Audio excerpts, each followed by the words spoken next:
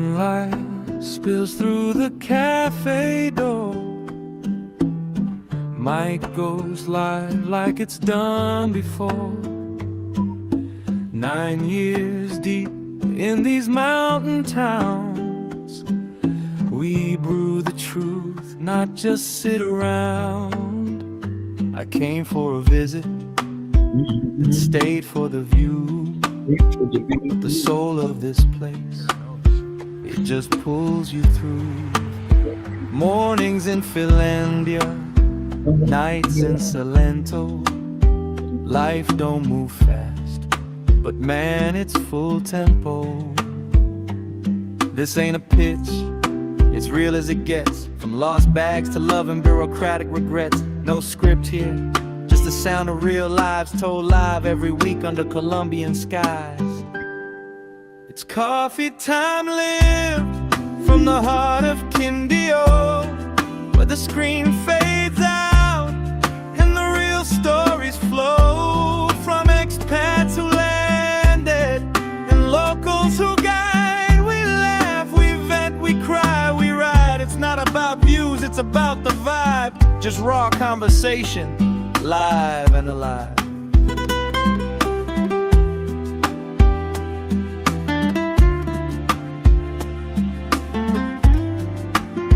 Got folks tuning in from every time zone, asking what's it like to make this place your own. It's mango trees, it's rent debates, it's finding peace past the clickbait gates. Some days we talk visas, some days we just breathe and sip dark roast while the valley grieves through mudslides, marches, markets, and mess. We show up with stories, no more, no less. It's coffee time lived, not just a name on a screen. It's 9 years of mornings and everything between. No hype, just heart and a decent brew. A place for the honest, the warm, the true. Not selling dreams, just sharing the ride from right here in Quindío live.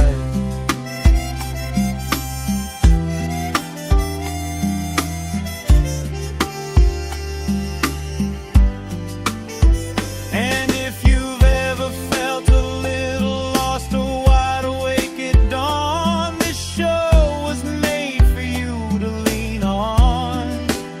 We're not tourists here, we belong, we build in mountain towns where the air stands still.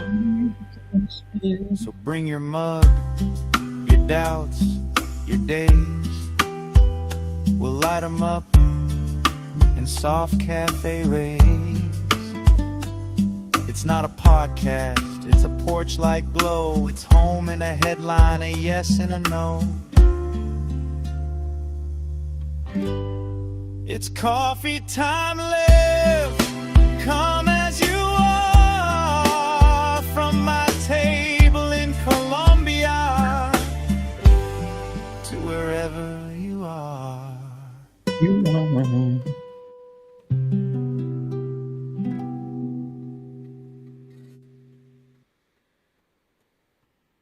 Good morning and welcome back to the channel, Gran Colombia. Welcome to another Coffee Time Live here in Armenia, Colombia. Excuse me. That song is about to put me to sleep. It's catchy, though. It's catchy. Am I going to talk about Venezuela? Yeah, I am, as a matter of fact. Where's my little itinerary here? Can you guys see that? Maybe not. Let me see if I can make that bigger. Let's try that again. All right. So today, welcome to 2026. As always, a little about the weather and the exchange rate. And then we'll talk about Venezuela a little bit. Not a lot. I don't know if there's a lot needs to be talked about, but I got a couple things to say.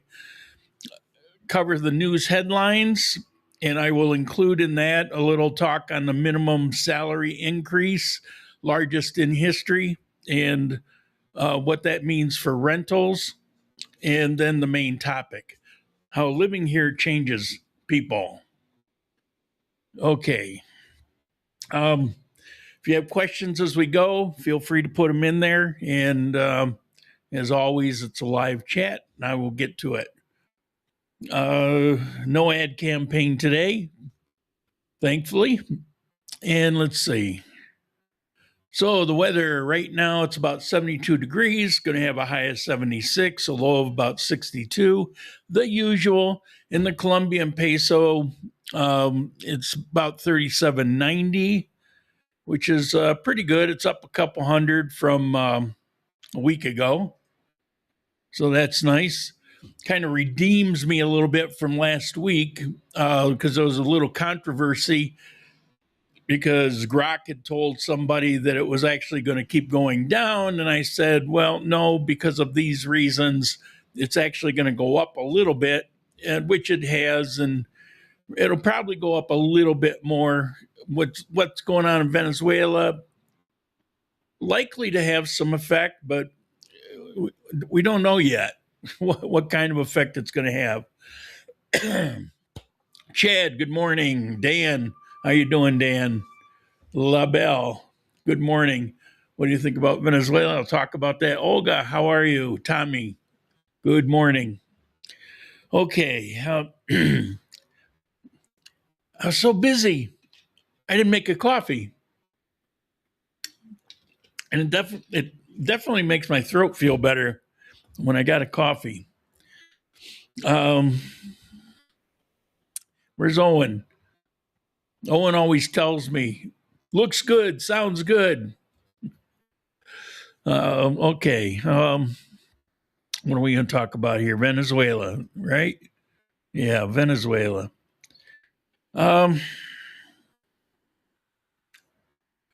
What I have to say is everything's been said. I would just tell you from my point of view, I have some Venezuelan friends, and those who've watched me for any period of time know that I had a group of friends in Cuenca who arrived destitute, beach clothes, and it gets cold there.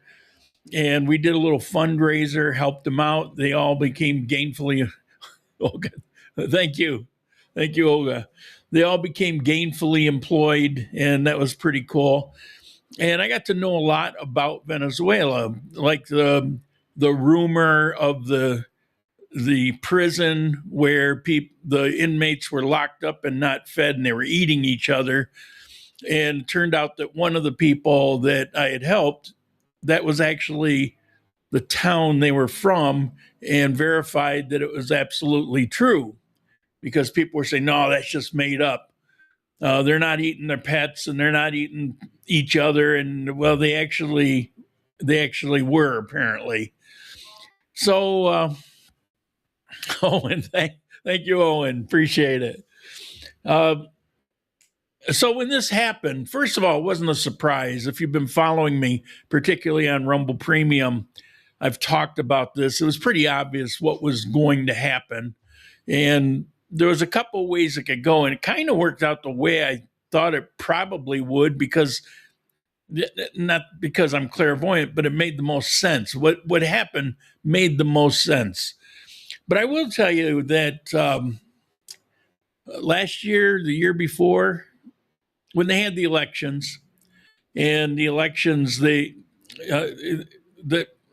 woman Machado, who won the Peace Prize, she had been running, and then Maduro found ways for her not to be able to run. And so Gonzalez, a pretty old guy, but he ran in her place. And she was very popular. But when Gonzalez came in, he still got over 70% of the vote. And they actually smuggled away the proof out of the country to prove to the world. And it was announced, the European Union said that Maduro, it was fraudulent, and he just made himself a dictator. The U.S. said the same thing. Most countries around the world saw the proof and said he wasn't elected as president. He's an illegitimate president. The actual president was Gonzalez, aka Machado. So I talked to some people that I knew about what was going on, and they were very distressed, very frustrated, because most of the people, the vast majority of the people that are living in Colombia or living in Ecuador, they didn't want to be living there. They just left because maybe in the family there wasn't enough food to go around. If they left, it would be easier on the people that were there, and they would go out and kind of venture for themselves. And, you know, it's not been a good situation, pretty dangerous situation. And it turned a lot of people that were probably good people to begin with into shysters and thieves and whatever you want to call them, because desperate people do desperate things. So I talked to people about that election, and I asked about the election. They asked me, do you think the United States will help us? Do you think the United States will come in? And there were actually, after that election, there were prayer vigils. And it wasn't just like one. I was shown some information by a friend where it was happening in Chile, and it was in Ecuador, and it was in Venezuela, where people were praying for the United States to come and help them because they didn't know what else to do. The protests, every time they had protests, they'd get run over by the tanks or they'd get shot. It's like the protests wouldn't go anywhere because, like all socialist countries, one of the first things that Chavez did was outlaw guns and collected all the guns, except for the militias and the police, and they had the guns. And so, people were pretty helpless about it. So that's just a little backdrop. So this seems to be getting lost in the mix. Some of you may know about it. If you do, mention. But there were a number of key factors. Of course, there's a big buildup. They said they've been planning this for over 4 months. That makes sense. I believe that. But one of the prime motivations was China, because China has been trying to get a foothold, and they've tried to get a foothold in a number of places. And we all know what happened in Panama. They were basically trying to take it over, and the U.S. stepped in and managed to put an end to that. But they've been trying to work out a deal with Maduro to essentially come in and own the oil. And Maduro didn't want to do that, but with all the pressure from the United States, he was preparing to sign an agreement with the Chinese. And they were there on New Year's. They were there like a week before. As a matter of fact, I got a clip. It wasn't the easiest thing to find, but let me show you this clip here. This was New Year's. Bueno verte. Me traes muy buenos recuerdos. Feliz año. Este es el año del caballo, ¿verdad, Salvador? Usted es caballo. Yo soy tigre. Tú. Tanto tiempo. Yo lo conocí a él muy joven. Muy joven. Hace 20 años. Hace 20 años. Sí. Como traductor cuando estaba el presidente Juntao. Ahora es director. Qué increíble, ¿verdad? Como pasa el tiempo. Estás igual.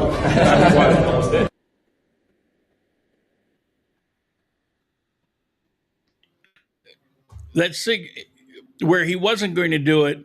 He was actually going to do it. He was going to sign away the rights to the oil to the Chinese, and so that strike, when it hit,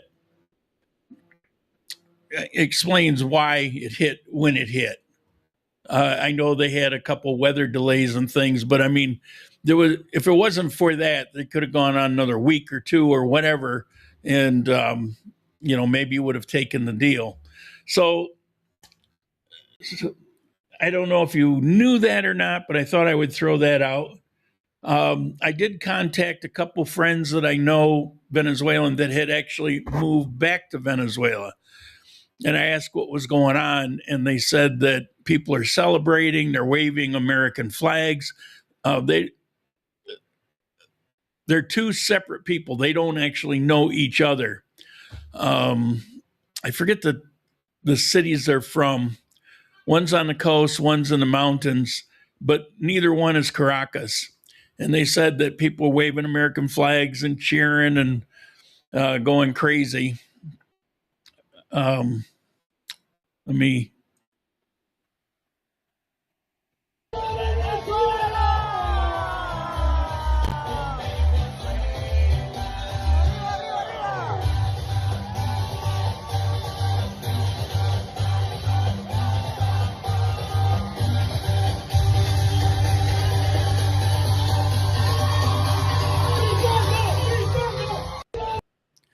So I don't know if you've seen the compilations going around, but you'll see them all over the world.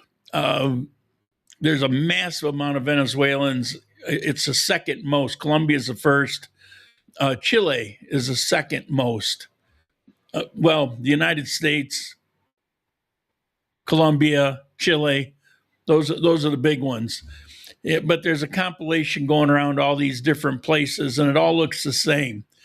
The only place you saw anybody protesting in Venezuela was in Caracas. It was a couple hundred people.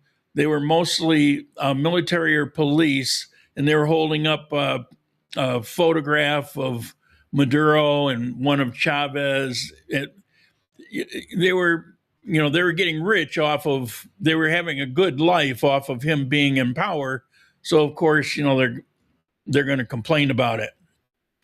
Reports are Chinese delegation was still in Caracas during the operation. It would make sense. They probably were. It would make sense. And I think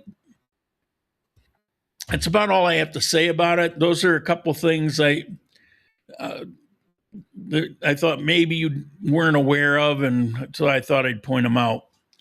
Mandami and company are protesting in New York City. Well, yeah, you're going to have people that it was a good move. I mean, the Venezuelans are, like 99% of them love the idea.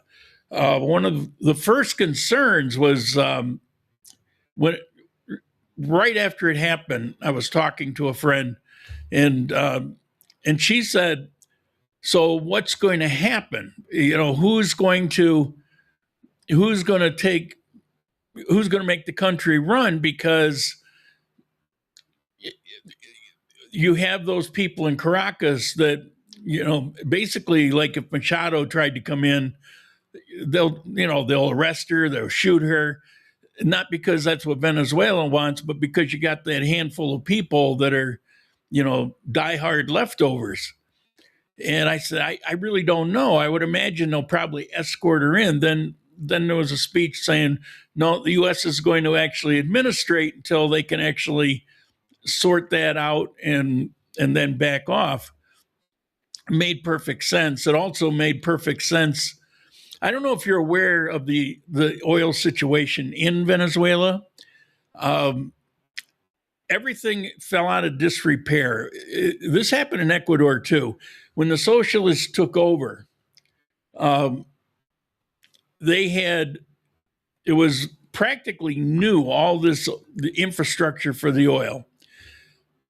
And one of the things that they do is they throw people out that aren't on the same page with them and they're in their party, believe in socialism, and they install their buddies. That's like, payback for whatever. The problem is all the expertise was run out. So the expertise is gone. They actually had contracts with oil companies in the United States. They're the ones that built the infrastructure, and so they just decided to steal it, ignore the contract, take over the infrastructure, and throw the U.S. oil companies out. You may remember that. It was quite a while ago. It was pretty shocking at the time. And So that expertise left, and then the Venezuelans who were there with expertise, they were gone, and so you had people who didn't know what the hell they were doing, and it's just over the years it keeps falling apart. You can find on the internet, you can see pictures of how bad it got over the years. A lot of it is non-functioning, and so it barely produces now. It's something like between 5 and 10% of the oil that it should produce. It's able to produce. It can't do any more than that because it's all falling apart. And it's not much longer where they just won't be able to do anything with it. And it's become very dangerous. And so what they needed, and that's what the Chinese were going to do, they were going to come in and rebuild that infrastructure in return for having a claim on the oil, which is pretty dangerous because if you saw what they did in Ecuador, they pretty much own that country, and it's why they've been falling apart there. So is it better with the U.S.? Well, I would think so. I mean, traditionally, it's better than, what the track record that China has around the world with what they do. So it makes sense that they would come in, restore that to the benefit of the United States, but to the massive benefit of Venezuela. Venezuela was once, if you go back to the 50s, Venezuela was the fourth wealthiest country in the world according to GDP. Fourth, number four. The U.S. was one. I think Switzerland was two. Something I don't remember, but it was. I remember it was fourth, and this is in the 50s. You can Google it. You can fact check me. So, it's been a long, hard fall. But before Chavez took over, before it became socialized, a good portion of that oil money went to the people of Venezuela. It went to infrastructure. It went to support a lot of things. And then when socialism took over, it just became pocket money to the chosen few. And everybody else literally got to the point where they're starving to death. So,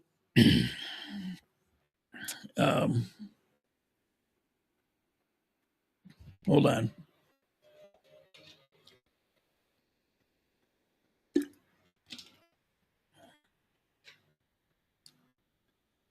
All right. Is there any more to talk about? I think that's about it. I think it's a good move that they're going to come in and stabilize it. I think it's good that they're going to make new contracts with them, put the oil back into shape. It was, Citgo will love it. Citgo is a Venezuelan thing. It used to be a big company in the United States. I mean, everybody benefited back in those days. So it'll be nice to see it return. It'll be nice to see Venezuela wealthy again. As of 2025, I think the inflation rate, I don't know how it keeps being so bad, but it was like 250%, something like that. It's just crazy. Okay, what's next on my list? Let me take a quick look here. Oh, news headlines. All right, I'm going to try something a little bit different today. Let's see how this works out. Where is it? Window. There we go. See if we do it this way. I don't know if it's better or not. We'll see. Okay, Chorlito, one of the most wanted men in Quindío, is captured in an operation on the Cajamarca Road that's headed towards Bogota. He's been after this guy for a year.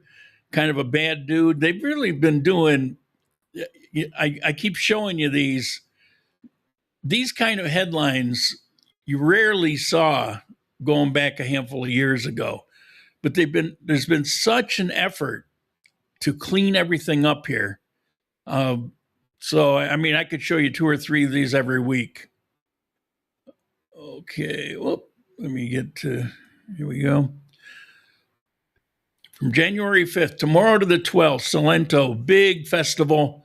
If you're here, you want to go. I went a few years ago. I stayed in a little hotel right next to the square and stayed overnight. Did some video. I've got a video somewhere going back a few years of the festival. It was pretty awesome. I stayed overnight because a lot of it happens when the sun goes down, especially in the square. There'll be live music, and there's just a lot of things going on. It's interesting. It's a lot of fun. I personally recommend it. It's one of the better ones, I think. You know, it seems like all we talk about in November, December, and January, these festivals. That's the way it is. I mean, I'm from upstate New York, and we would have the fair. Every town would have its fair. It would be like the corn festival, the grape festival. We would have all these things. And you'd have every weekend through the summer, we would have these festivals. So it's not that different. I mean, it's kind of the same thing that's going on here. Okay, what's next? Oh, come on. My mouse is jumping all over the place.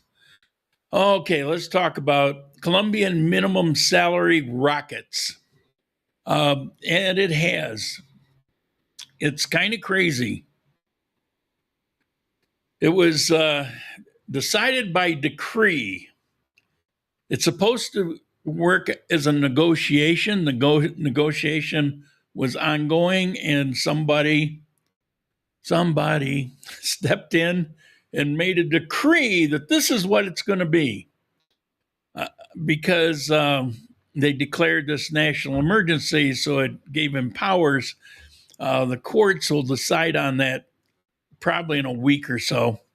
So what's actually changed? Can't read it. Base minimum salary is up to $1,750,000. I'm rounding off. The transportation allowance is $250,000. These are pesos. So that makes a total for the month an even 2 million pesos. That's up 22.7%. That's a massive increase. When you have an increase of that size, it tends to upset the apple cart. You're going to see unemployment spikes. You're going to see more under the table work. It's I don't want to try to predict it. I don't know exactly the way it's going to go. I just know that there's going to be issues around this. That's so much. Now, if you're here living on a basic salary, most people in Colombia don't, but a big chunk of them do. And if you're here and you're on that, of course, you're going to appreciate it going up. It having cost of living increases to minimum wage, if you're going to have a minimum wage, kind of makes sense. But having something, the cost of living was about 6%. So it's pretty drastic. We get to, it affects the visas because some of the visas are based on multiples of the base minimum wage. I've explained this before, but the base minimum wage, the purpose of it is for fines and fees and things like that. So they establish a minimum, and then you have multiples of that for everything in government that's going to collect money for one thing or the other. Oh, that's actually the purpose for it. Sorry about the coughing. Man, I got a tickle. It's bad. So for the nomad or the pension, the M visa, you're going to have a minimum income of just over 5 million pesos. The rentista, 17.5 million. Investor, just over 1 billion pesos. That's like if you have to have a business or something like that. I'll get to those chats in just a moment. Visa threshold rise automatically with minimum wage. So that has gone up. Now, somebody said, you mean my rent's going to go up 22%? No. The rent is actually determined by the actual cost of living. And so, and what that what that means is they can charge up to that percent, or anything under it, they can't charge over it. So my rent, for example, the inflation hasn't been determined yet. That'll come out, I think, in 2 weeks or a week, the middle of the month. The DANE, the equivalent of the IRS, they'll announce it. It's going to be somewhere between 6 and 7%, right around there, because that's what the inflation was. So that means the landlord can increase the rent up to 6%. If it's 6%, he can go up to 6%, but he can't do 8 or 10 or whatever. So it puts kind of a rein in on it, which is actually, I think it's reasonably fair to do that, because when you initially rent to somebody, it has nothing to do with the cost of living. You set the rent. It's whatever you want it to be. And then if the person stays, if you have the ability to collect whatever the inflation was, then you're not being hurt by it. You know, you can keep up with the value. It keeps them from getting people locked in. They can't really afford to move, and all of a sudden they get hit with a 20% increase. So there's a law for that.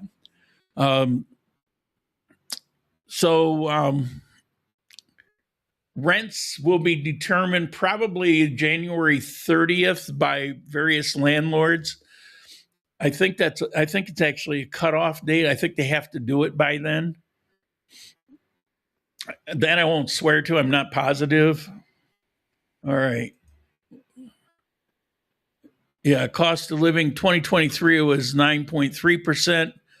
2024 was 7.4%, and last year 6.5 to 7%, somewhere in there. So if you're in a place, that's what the rent could be. All right. No, we're not going to do that one. All right. Let's see what we got for chats. Petro. Let me do it. Let me do it here.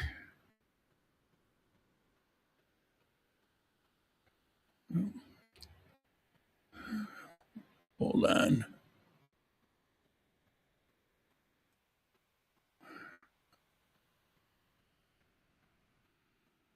Bear with me. I'll be right back.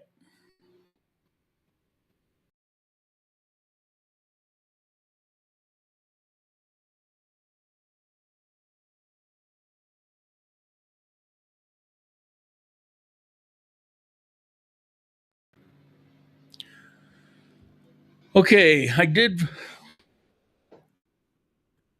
find out that little glitch is very few people are blessed with it, but I am.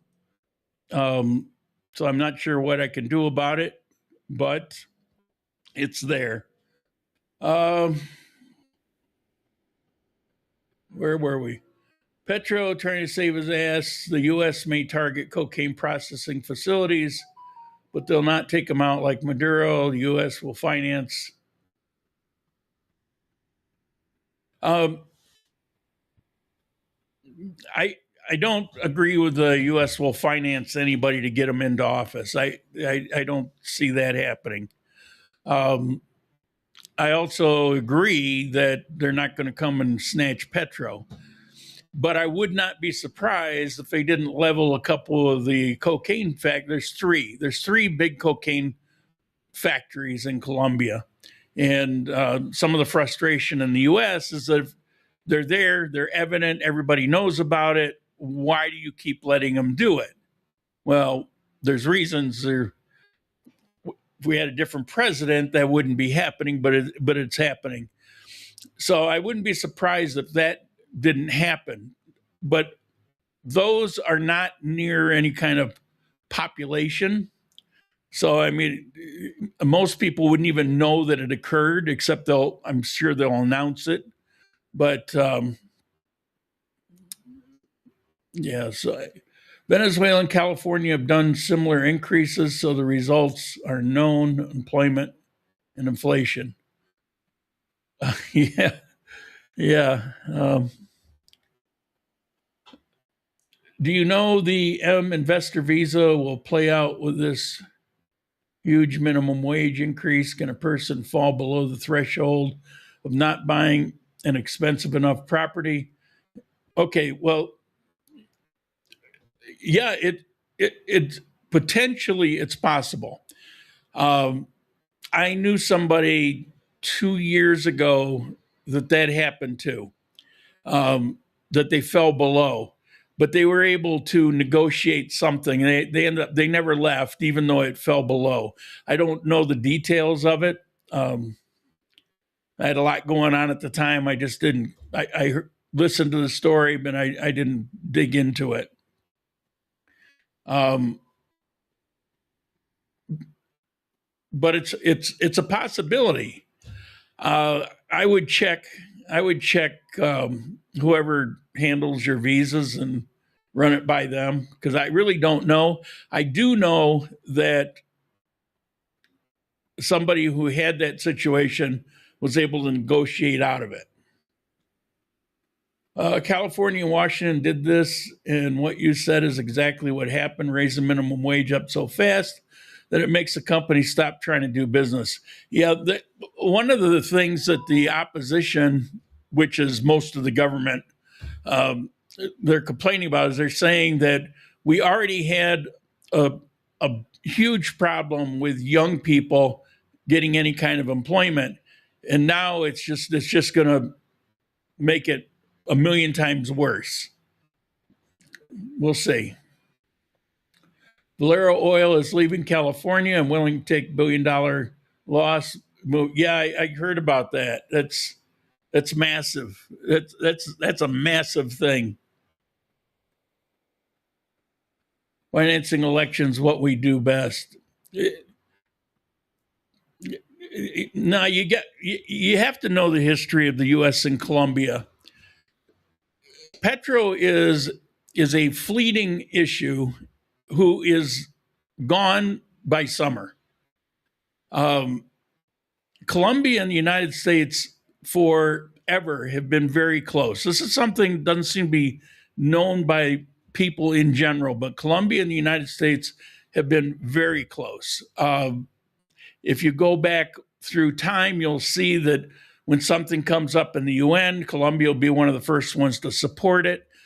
Even back in World War II, Colombia contributed a lot with the United States for World War II. I mean, there's a long history of it. The United States was the first country to recognize the Republic of Colombia back in the day.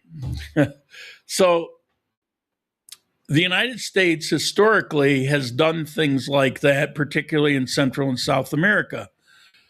But Colombia is a different matter. First of all, I don't know how much they do that anymore.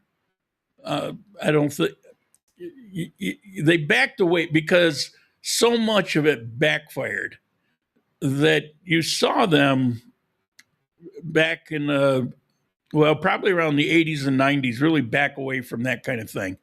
I'm not saying they're above it, but I'm saying that Colombia is a different story because it's not necessary.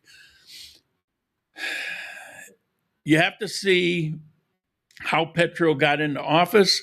I went into such detail of this on Premium Channel. I did 3 videos that went into great detail on this kind of stuff. How he got into office, what's going on with the court system, and the fact that he's going to be out soon. He was the only socialist leaning president. They're a conservative country. And if things were done properly, he wouldn't have won last time around. They don't need to buy somebody. It's going to happen. It's going to happen naturally because Colombia is very fond of the United States. They don't need to be bought off to like the United States. And whoever ends up as president, even if they're, middle of the road or more right, it won't matter because the government is already furious over Petro. They've got a gag order on him through the courts because they're sick of him coming out and saying the things that he says. They've got him on a kind of a short leash. So I don't think it's what you think it is. You're picturing Colombia as just, one of those countries back in the 70s where they would just come in and buy their influence. The influence is here. They don't need to buy it. All you have to do is talk to Colombians about what they think of us. They're very fond of the United States, and historically, it's always been like that. It's not like Ecuador where they say it to be nice. It's real and it's sincere here. Okay, I think it's time to get to the main topic, perhaps. I think. Guess what's hot and happening now? Straight from the source, we show you how. Blue and more, let's break it down. The main topic starts right now. Ow, ow.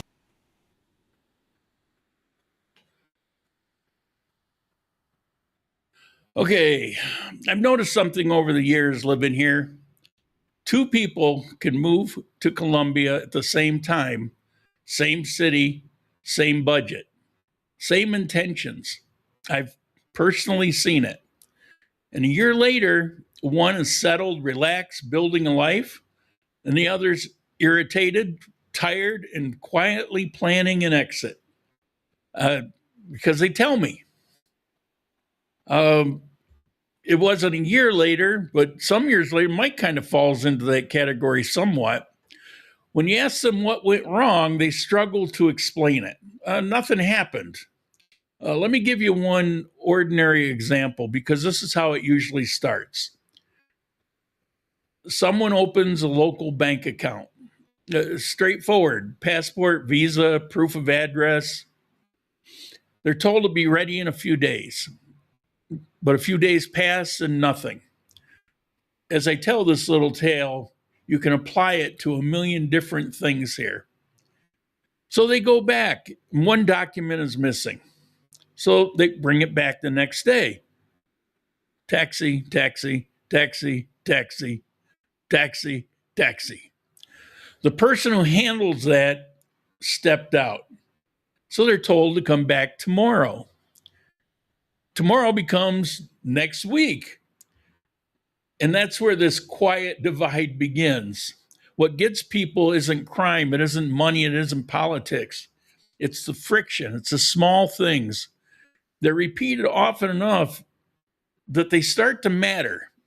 The bank account eventually gets opened, it always does, but something subtle is already shifted. Colombia works, but it doesn't work the way many people expect or want. Back home, systems behave predictably. You go in, you open the account, you leave. If there's a problem, you scream for the manager, they take care of it, you leave. That's how it is. Here, systems behave contextually.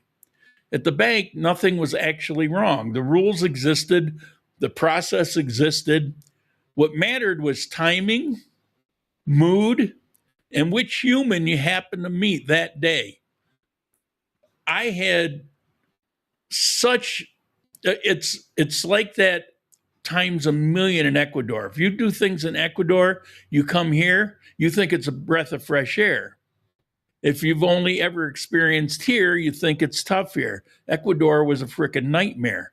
I've told that story before. Maybe I'll tell it again. So at first it feels manageable, maybe even a little charming. We make the jokes, oh, manana, but it can feel confusing.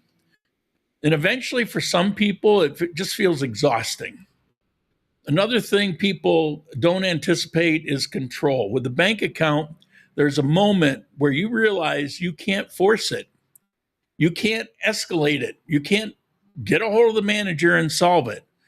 You can't demand speed. And pushing only makes it worse. If you're used, excuse me, if you're used to pushing systems until they respond, that creates tension. If you're comfortable waiting and adjusting, life stays calm. Time here also is pretty different. In the same bank, you might wait weeks with no movement at all. Then suddenly you get a call saying everything's ready this afternoon. No explanation, no apology. It's just things are happening. Time isn't slow, it's ranked. And here's the key. Family emergencies, internal priorities, and relationships reshuffle the order of things. Once you understand that, delays stop feeling personal because they're usually not unless you piss somebody off. Until then, every delay feels like someone's not doing their job. And then communication can add another bit of difficulty depending on how your Spanish is. At the bank, nobody ever told you no. They smiled. They said later and we'll see or mañana. I mean, it sounds positive every time because that's what they do. It's not dishonesty. It's how friction is avoided. And that's what the culture does. Talked about it last week. People who push for clarity keep pushing. People who adapt stop needing certainty at every step. Over months and years, that difference compounds. The day the bank issue finally resolves, you notice something else.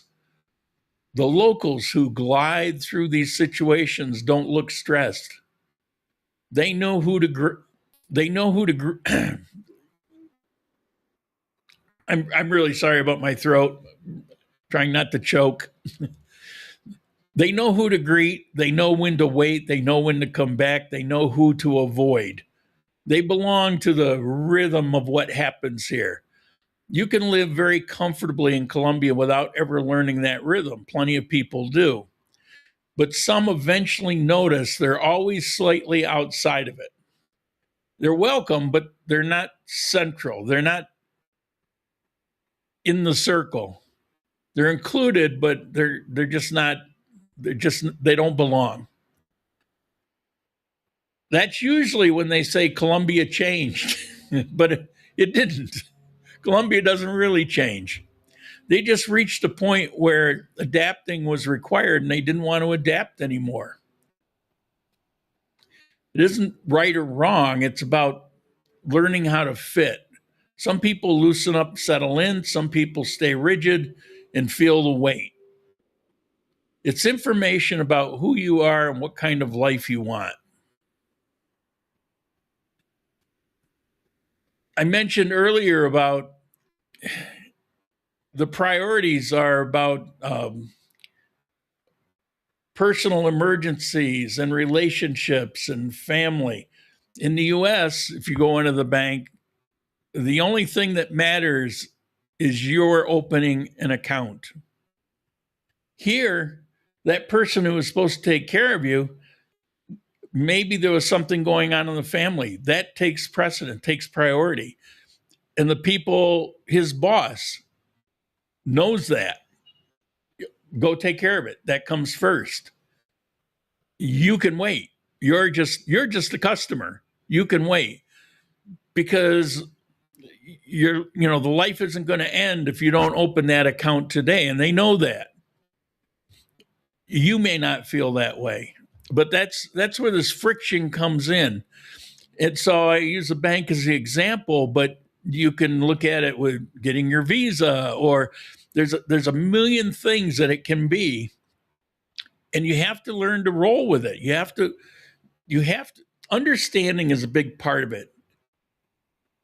Again, it goes back to last week a lot, which is why this is a follow on about understanding the culture, because when you understand the culture, or just understand in general, it's a lot easier to deal with it, to accept it, to put up with it without getting all wound up. I see people, particularly people when they first come, they run into these things and they get so mad. They want to kill somebody. They're just so mad because the way they would handle it back home, they can't, it doesn't work here. It'll backfire, it'll make it worse. But if they just learn to chill and just kind of roll with it, you say, tomorrow, okay, tomorrow. I mean, if you're here on a retirement, so what? What's the big deal? What's a day, 2, 3? Said tomorrow. Well, how about Wednesday? Anyway, that's my main topic for today. It's a short one because I figured we'd probably want to talk about Venezuela a little bit. What do we have? Understand new president in the U.S., maybe some soft persuasion. Not sure I get that. Expats from U.S. Canada last, according to records, 3 years. I stayed 10 years before moving here. Glad to hear. You're writing in shorthand. Maybe I'm still sleeping. Expats from U.S. and Canada last, according to records.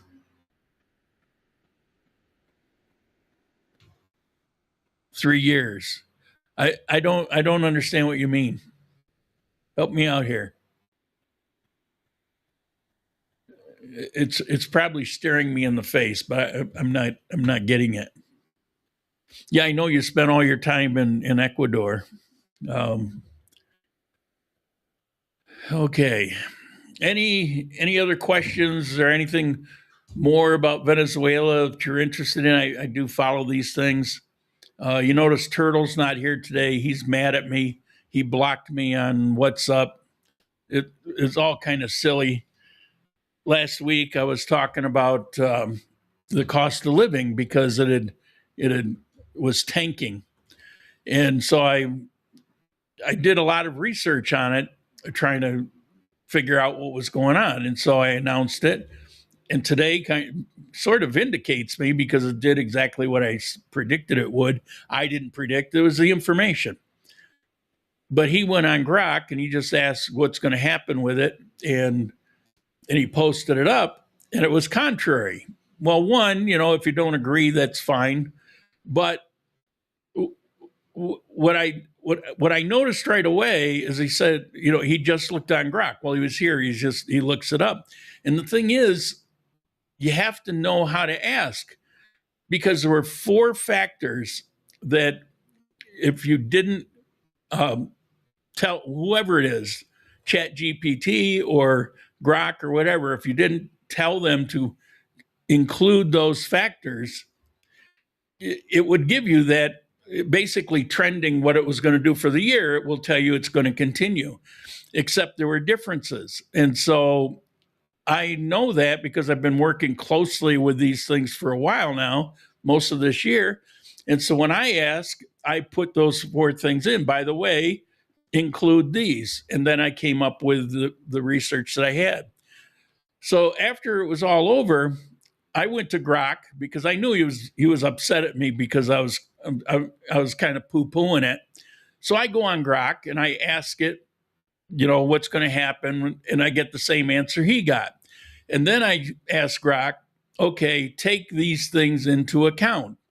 The financial emergency that Petro declared, the GDP in the United States that had just been reported, the information in the United States, because exchange rate takes into account things here and there.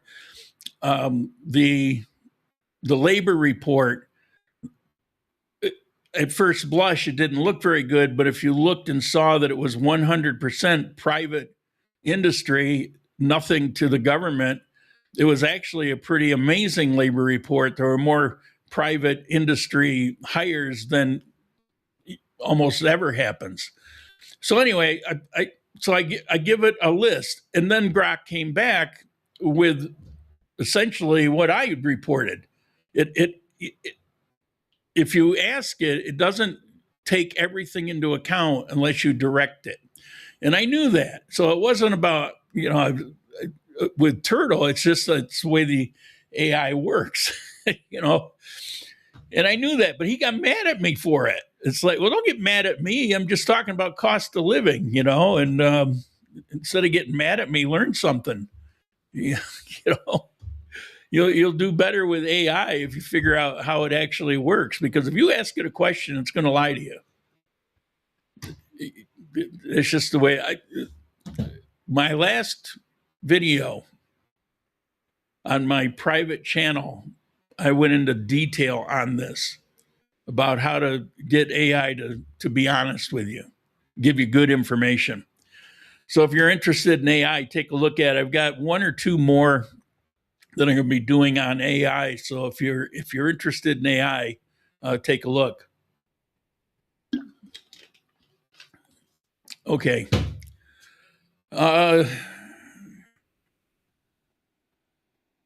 Expats from the U.S. and Canada last, according to records, 3 years. Then they return home. Gotcha. I stayed 10 years before moving here. Yep. Yeah, that's, well, in Ecuador, the stat there is half of the people that come to Ecuador leave after 1 year. It's like more than most places. It's quite a bit. And that's because you go there and you're dazzled by certain things about it. But then when you're actually living there, you start to realize all the things that you didn't notice that are pretty rough. Over the past 8 years with my business, and if the farm makes a clear mistake, I move into American mode because I have to protect my customers and my reputation. Some Ecuadorians can't handle it. Well, you're just going to make enemies. I mean, you have to make that decision about, are you going to fit into the culture? And there's a fine line there. It's like you have certain obligations on one side, but if you're going to live in that culture, you've got to take some of that into account too. It can be tough sometimes. I run into it sometimes where I'm going to be straight. I'm going to be honest about something. And the culture is to not be direct or otherwise considered to be rude. So I try not to be rude, but sometimes that's just how I am. Okay. We got our hour in. We got a Bills game coming up this afternoon. It means absolutely nothing. So I don't think anybody's going to play except the fourth stringers. But let's see. Anything else? Last call for any questions.